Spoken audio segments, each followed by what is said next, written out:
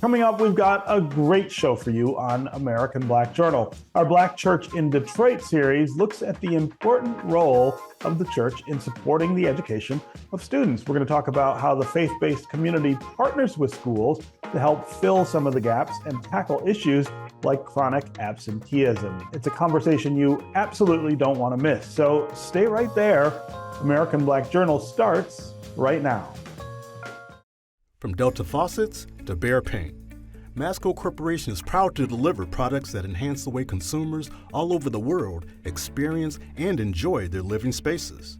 Masco, serving Michigan communities since 1929. Support also provided by the Cynthia and Edsel Ford Fund for Journalism at Detroit Public TV. The DTE Foundation proudly supports 50 years of American Black Journal in covering African American history, culture, and politics. The DTE Foundation and American Black Journal partners in presenting African American perspectives about our communities and in our world. Also brought to you by Nissan Foundation and viewers like you. Thank you.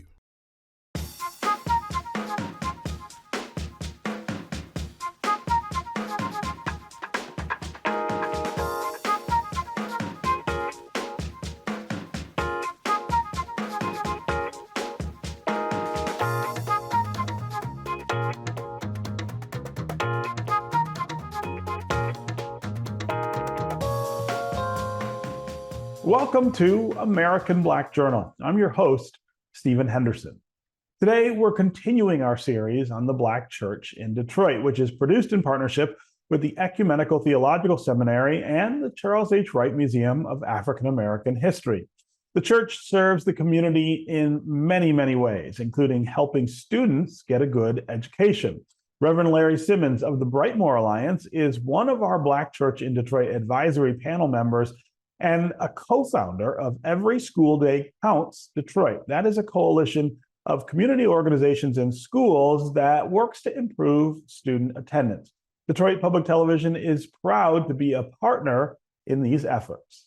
Hi, I'm Tara Hardy with Detroit PBS Kids, and I'm here today with one of my favorite people, Reverend Larry Simmons. We are at Gompers Elementary and Middle School. Larry, can you tell us why we're here?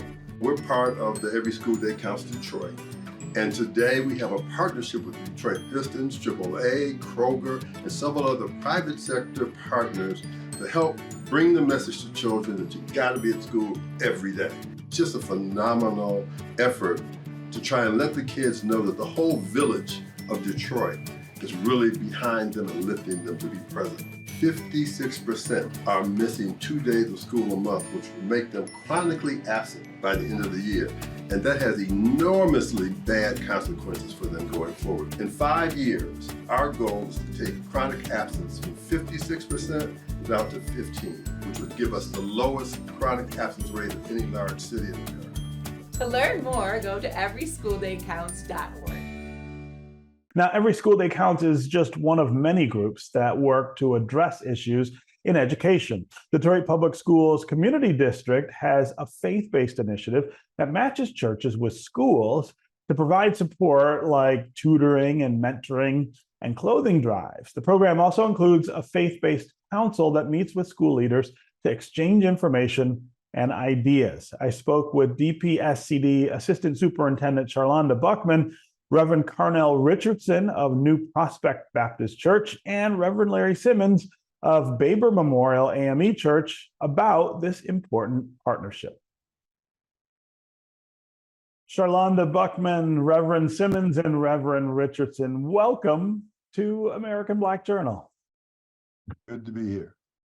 Thanks for having us, Henderson. Thank you. Yes, it's good to see all three of you. Sharlonda, I want to start with you and have you just walk us through the idea you had for greater involvement of the religious community and Black churches in particular with Detroit schools, and sort of how that has come together, what that looks like in the system right now. Yeah, thank you, Henderson. And, you know, I'm born and raised Detroit. And so anybody who has that as part of the narrative know Detroit is still a church town. Mm-hmm. It is a place where we still highly regard our religious leaders.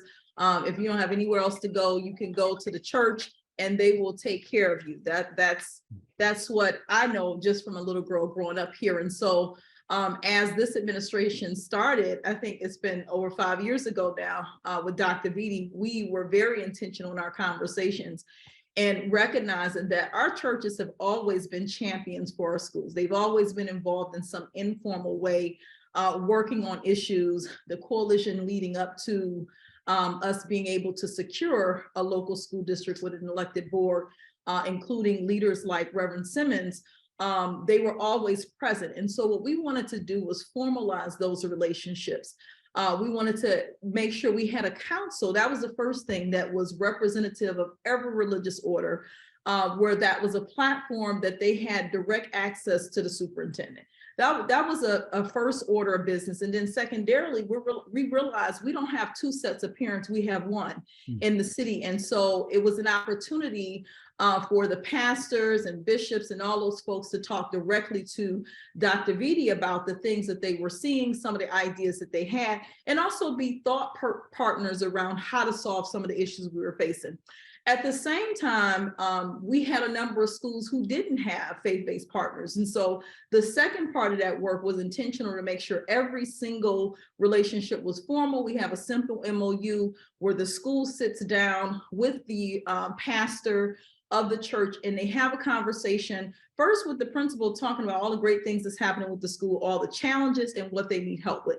And then what happens is our faith-based partner then says, hey, here's where we think we can help, whether it be mentoring or providing basic needs or after school tutoring, you name it, they set the goals and then we have an agreement in place. So the goal was to have every single school have a partner. Up to the pandemic, we had all of our schools, except for maybe 3 or 4, who did not have partners. And so we're getting back to that. We're about halfway there. And those relationships have been critical up to and through the pandemic in terms of supporting our families and children. So it still remains a very valuable part of how we continue to move forward and reform the school district. Yeah. Reverend Simmons, I want to have you talk about the relationship that you have developed with the school system, not just with this initiative, but also with Every School Day Counts, but also talk about that greater sort of, I guess, arms around schools and kids and education that is such a big part of the religious community here in the city. It goes back decades, for sure. You know, I remember, Stephen, when I was in my 20s, and Reverend Archie, I believe is Archie or Archer, who was pastor of St. Paul AME Zion Church, which was on Dexter, led a coalition of pastors who resolved a teacher strike. This was back in the 70s. Mm-hmm. That's how far back I have witnessed the church being involved in trying to promote education in Detroit. As you know, it is a mandate of the Christian church to teach. Jesus, as he departed the disciples, tells us in Matthew 28 to go and teach. It's interesting, he says in that passage to go teach, not preach, baptize, but teach. Teaching is an integral part of what it is to be a church. It's also part of other faith traditions, but you know, I'm an elder in the Christian church, in the AME church, so I speak from that perspective. In every moment of crisis that has happened in this community, Sharlonda is exactly correct. The church and its various leaders, Baptists, Methodists, non-denominational Pentecostal, have stepped up and led. We fought to get an elected school board back. Yes, so sir. The church is, and this is what I tell people, when Detroit was in its most difficult moments, you drive through the city and what you see is that around the churches, of which there are over 4,000, you'll find this zone of peace. Churches take care of not just their own property, but the property that's near them. So as people left Detroit and left abandoned property behind, the churches remained and they began to take care of those properties. So the church, as an integral part of the social fabric of Detroit, is as certainly older than I am. And so I think it is significant for this discussion is that as we go forward, I encourage, and I've been making this argument behind closed doors, I'm going to make it now in public. There are 4,000 churches in Detroit. Most of them are air conditioned 24/7. That means that for every day of the year, there's a building within walking distance of every person in Detroit. We need to utilize that network of resources to transform them into places where children can come and get additional learning, where they can be supported. But too often, and this is my complaint, too often we have stepped up so willingly for nothing that when it comes time to distribute resources, people don't think of making some of those resources available to the church. But this administration has. This administration has, and has invited the church in as a partner and has compensated the churches for stepping up oftentimes as a place where children could go and learn, particularly during COVID. Yeah. Reverend Richardson, I want to have you join the conversation here and talk about what's happening at New Prospect Baptist Church, but also again talk about the leverage from the religious community around this idea of supporting schools and supporting kids that goes back so far in our history in Detroit. For the past few decades, New Prospect has been one of the churches on the front line of social justice in Detroit, and certainly support of our school system is a part of that. And we have adopted Pasteur Elementary School, which is adjacent to our church campus, as a school that we will serve continually. We will meet needs in terms of after-school tutoring. We will continue to meet other human needs when parents come to us for basic life necessities because there's a shortage and there's insecurity. We are available to help and to assist in those areas. And when we were approached by Ms. Buckman about partnering on the faith-based council, we were certainly elated to do that and to continue the work that we've already been doing.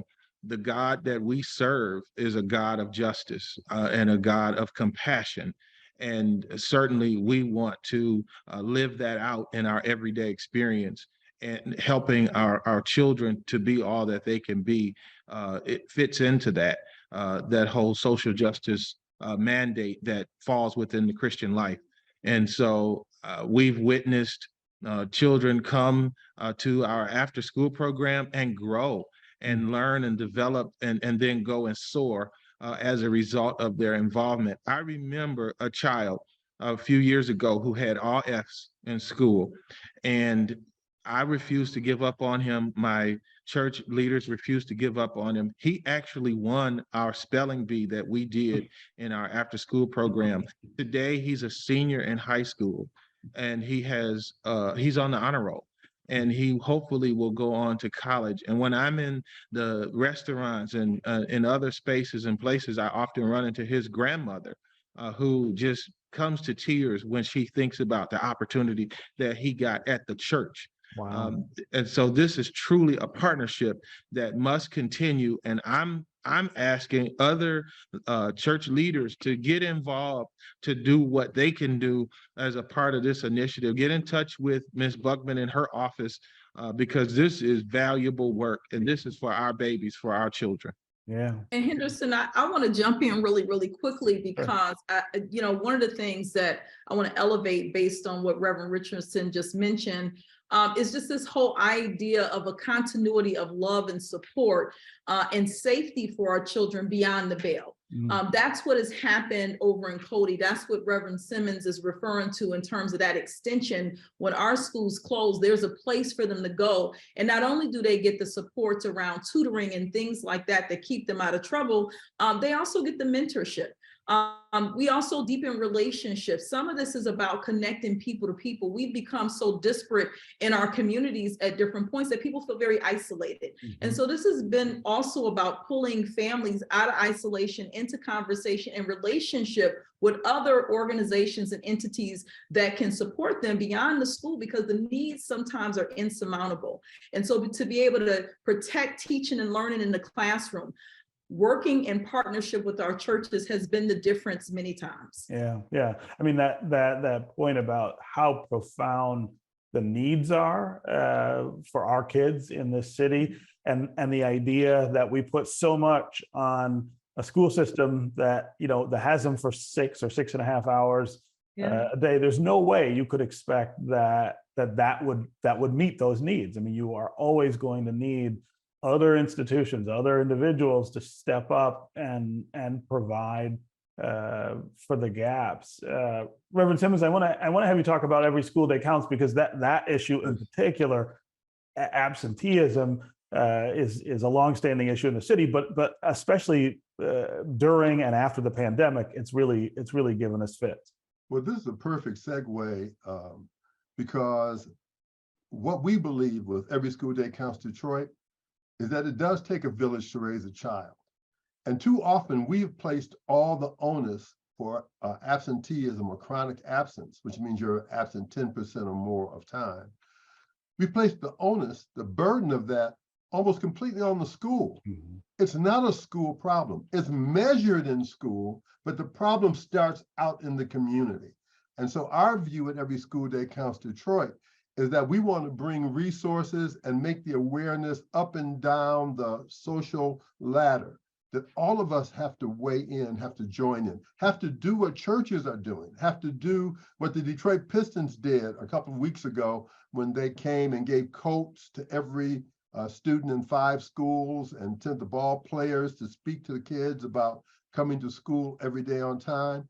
But so many of our parents, I think the number, and if I'm wrong, somebody please correct me, but I think it's 40% of the households in Detroit don't have reliable transportation. So that means that getting kids to school becomes a huge hurdle for many families. So the problem it's measured in school, but it starts outside. And so we need the whole village to wrap its arms around this, recognize it, and begin to support families and remove the barriers that cause young people not to be able to come to school. Another one is health. Many of our children are suffering from, we have a higher rate than nationally of help me, Sharlonda, health disparities, breathing, asthma. all disparities. Asthma is what I'm trying to say. Of asthma. And believe it or not, there's a huge issue with children coming to school. So part of what we're saying is that the health system has to change the way it thinks and does its business and begin to place these resources closer to the school so that children don't have to miss class, begin to schedule visits in ways that facilitate the parent both being able to get to work and the children being able to get to school. But this is a process, and it's going to take all of us. This program, believe it or not, is an important part of that, because many people who get up and go and practice medicine or go to work at the factory, they send their kids to school, and really in their mind, they've done it. They're done. It's over. It's finished. I've done my part. But it takes a lot more than that. Yeah, and I think, Henderson, it's important to note that the district was working with Rev and others, and we're making some really positive gains on chronic absenteeism before the pandemic. Pandemic exacerbated the issue in a way that we're really fighting now to get our kids back, and some of the residue of the pandemic in terms of mental health. The losses have been insurmountable. The isolation that a lot of our young people feel. So we've gone in very heavily on mental health supports and things like that, but also safety is an issue. A lot of our young ladies and young men, but particularly young ladies around who have have to walk to school or walk to the bus stop. And so I'm glad, Rev, you lifted that this is a community issue, because we have our own police department, but the number of kids in schools across this community, 110 school buildings, upwards of 50,000 children, we need the community to be watchers of our children so that they feel safe. We cannot leave our children to fend for themselves in terms of their safety getting to school. So it's a very complex issue, but I think in the space of chronic absenteeism, we have quite a few folks who are working on the issue, and it really is a fight right now. So we need as many churches to get involved as possible, working with our schools, supporting our schools at the local level. And we're halfway there, but hopefully this show will help us get some additional partners. As you know, I'm a Methodist, but I got to give a shout out to the Council of Baptist Pastors. That's They're right. leading an effort over at McKinsey to bring mentors to young people who have been chronically absent. And hopefully this pilot that they're doing, along with the pilots that Every School Day Counts is doing, and that others are doing, but that these are ways that brings the community to engage and bringing a solution to the problem. And it is not just a school problem. Right. I could say that 1,000 times.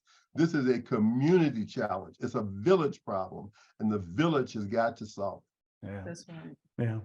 All right. Well, congratulations to you, Reverend Simmons, and Reverend Richardson, on the work that you and your churches are doing. Hopefully, Thank you. boy, wouldn't it be something if we had all 4,000 churches in the city participating in some way in this? Every school would have more than one church involved. Right. They each adopted 10 kids. That would be 50 to 40,000 kids with mentors. That's right. That's right. We welcome that opportunity. Thank you for presenting the challenge, Henderson. We welcome that opportunity. We're ready. So we just need some additional partners to step up, and I think protecting and supporting the least of thee is critical, and that's our kids.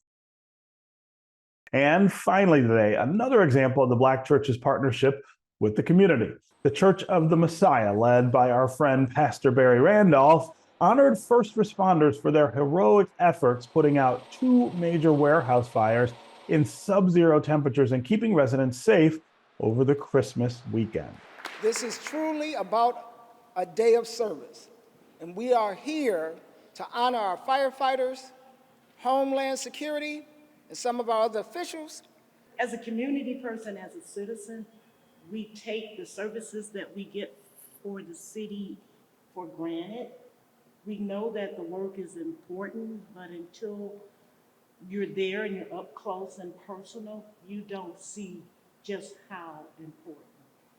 I watched the firefighters not only put that fire out, but protect our property. They actually protected the property from catching fire. You have to remember, these winds were blowing 55 miles an hour, and we watched the embers fly from the warehouses going over to the other property. They were in the alley protecting the property. They were in front of the buildings protecting the property. And we were like, wow, they're going beyond the call of duty. Of course, when we spoke to them, they're like, this is our job. We know this is your job, but we've never seen that in action. In Detroit, we don't have to get ready because we stay ready. We're prepared. This is the service. This is the service that Detroiters deserve. And to the firefighters, to Homeland Security, to Terry Defoe out of the mayor's office, who oversees Code Blue, to everybody involved, the mayor and I could not be more proud of you. You take care of people, you take care of families, and you make sure that families have the thing that matters most to them. And that's the people that they love, because you take care of people. Property is secondary, but people is first. And you showed that in this day. You said, hey, people are a priority, which is why you weren't just fighting a fire. You were making sure the folks who had lost everything had a space to go, and once they went there, were safe and taken care of. What happened that night took the 3 C's: communication, collaboration, and you know what else? Cooperation. The job itself is so rewarding. You know, we come in and we work for administration that we care about people. And so when we have incidents like this that happens, these 4 alarm fires, which we know from October to April is a critical time because of, how people heat their homes, just anything can happen during those winter months. And so we all work together as a team to get the job done. We enjoy doing what we do, so we want to thank you all for recognizing it, because we count the zeros. How many lives we don't have to say we lost? How many buildings didn't get burned up? Because we respond properly, we're one of the few departments that tracks our progress, success by zeros. So it's hard to track zeros, but that's how we do what we do. So we want to thank you, Pastor, very much for recognizing and giving us a 1 instead of a 0 today. A lot of times in the city of Detroit, you always hear the problems. People don't take the time out to stop and say, thank you, job well done. And even though I tried to do that, and everybody kept saying, no, you don't need to do something, the people in the neighborhood said, yeah, we do. We do. It's not a job, it's not a career, it's a culture, it's a lifestyle, and we love it. We wouldn't do anything else. Pastor Barry presented the first responders and city officials with awards, followed by a reception for their families and neighborhood residents. That's going to do it for us this week. You can find out more about our guests and view all of the Black Church in Detroit episodes at AmericanBlackJournal.org. Plus, you can connect with us anytime on Facebook and on Twitter. Take care, and we'll see you next time.